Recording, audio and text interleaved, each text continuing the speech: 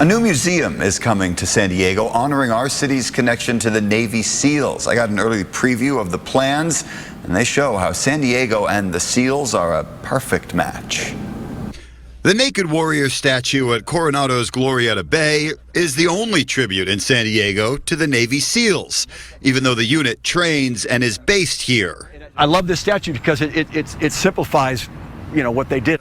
Retired SEAL Todd Perry tells me he plans to change that. But what you can do and the way that our SEALs deserve to be honored is far greater than this statue. Absolutely, Jared. I mean, we got a big story to tell. Right now, that story is being told at the Navy SEAL Museum in Fort Pierce, Florida, where the SEAL program began during World War II. That's a great museum, but it's remote. It's, a couple-hour drive from Orlando. When people come to Orlando, they usually have other things to do in Orlando. So, we're not going to have that issue in San Diego. Perry just signed a lease to take over this building at the corner of Broadway and Kettner downtown. It used to be the Museum of Contemporary Art. Now, he says, it will be the perfect location for a West Coast Navy SEAL museum. We're a maritime unit, so we're going to be fairly close to the water. We'll also be able to see the USS Midway. And just to the right of that is the Maritime Museum.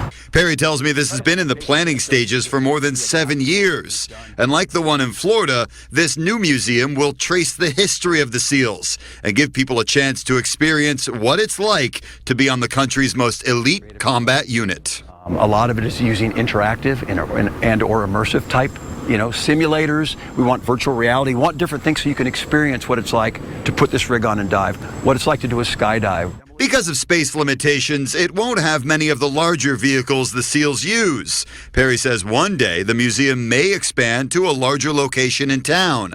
But for now, he's excited to get started and make sure there's a lot more than a statue to honor the SEALs.